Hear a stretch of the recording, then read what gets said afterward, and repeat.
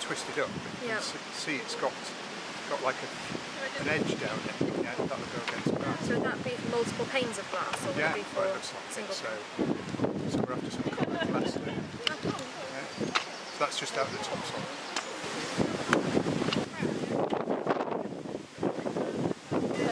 Sorry.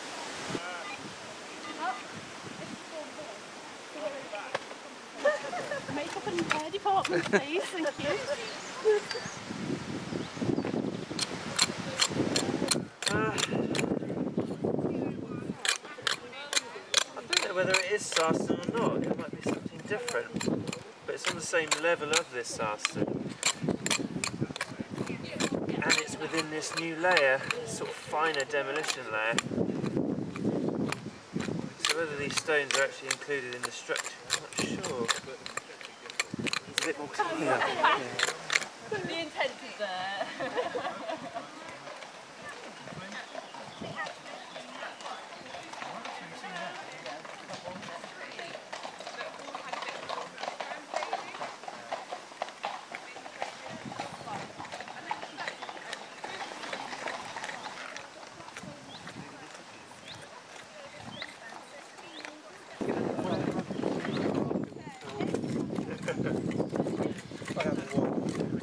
I'm used to it. Oh.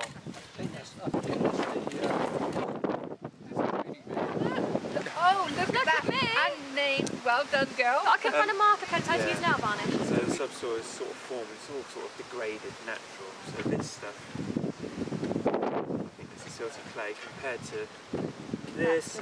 Yeah, it's probably a clay again. It might be mixed with but a bit more, water. yeah, but a bit more friable, I suppose. But this stuff is definitely still some clay. So this is trench 8. So this was the first one we opened last week. Following the wall, as you can see, the wall does follow through. Nice big blocks again. Maybe not as wide as last time when down here, but pretty much contemporary with everything. Anyway, what's really confusing is the fact that we now have these sarsens appearing now. Initially we thought, well, what's, you know, have we got something where the sarsens are sat as post pads or something like that? Well, as you can see now, there's one here. We've got another set of something going on here, which is not chalk, followed by 2 more sarsens and another one over there. You can also probably see the cut line that we've got here. So the discussion over the last couple of days has been which comes first, this context, that context, or these sarsens. Well, the sarsens are covered by this pale material, so this is later than then. But then this cut line, when we extended the trench, you can see it's nice and straight there, but when you look at this corner, it's curved. Well, that means that this is later than that, because you wouldn't, that is not something that would be, you'd be able to manufacture by digging here and placing that, if that makes sense. So this is a fill of that. So we've got that perennial issue that we have here every time, which is that we have material here that's producing flint. So is this imported or what's going on? But certainly there's a cut line there. So that's the dilemma of Trench 8 already.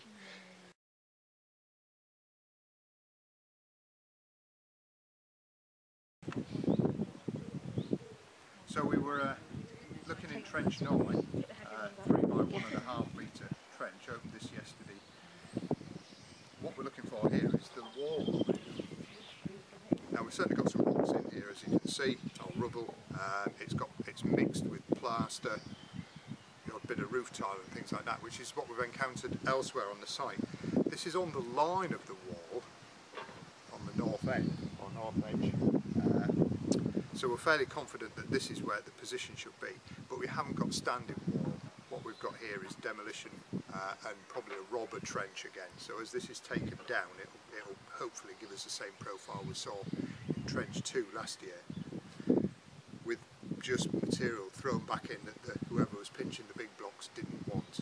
So that explains lots of plaster and things like that. And then here we've got that same material again with a bit of a cut coming through. You can just start to see that there. So we've got this pale mortary mixed rubbish again from the demolition, and then we've got fairly clean material like we have in the Sarsen trench in Trench 8. Whether this is allied to that or not, I don't know, because we're about 10 metres away from it. So whether the whole floor was dug out, the interesting point is that we have a curve again here, where it looks like we've got a curve on the edge of this cut. So this is later than that. So we don't know what's going on in here either, so we've got another 2 days at least. Right, on to Trench 10. We placed Trench 10 in as a 1x4 initially to see if we could get the return of the wall, which we're hoping for in this season. Problem with that is, of course, that we don't think we've got it yet. This is just rubble. There's loads of soil mixed in with the chalk blocks and things like that, so these aren't, they're not courses on a wall or anything, it's just rubbish. You can see lots of mortar coming through, this yellowy stuff. It's typical of medieval mortaring, that fairly sandy. There's been no plaster out of this, but there will be, I'm sure, as time goes on.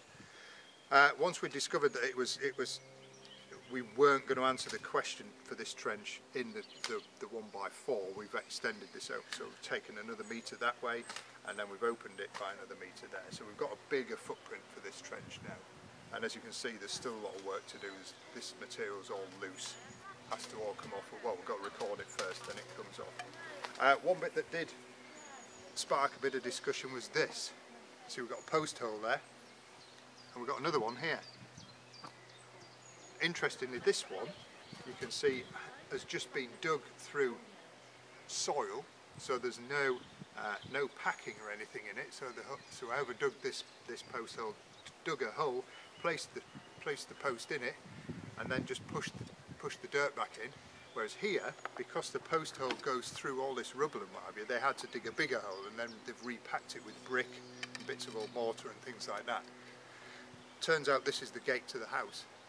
So, and we have that as photographs, certainly, but late 60s. So we know that that's what this is, which was helpful really. It means we could just record them and then we could lose them.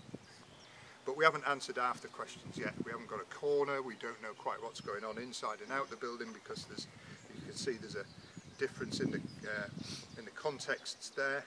Lots and lots of plastering, chalk again, and such like, and then clean soil. So we'll be working this one again next weekend as well, and hopefully we'll get that corner that we're after.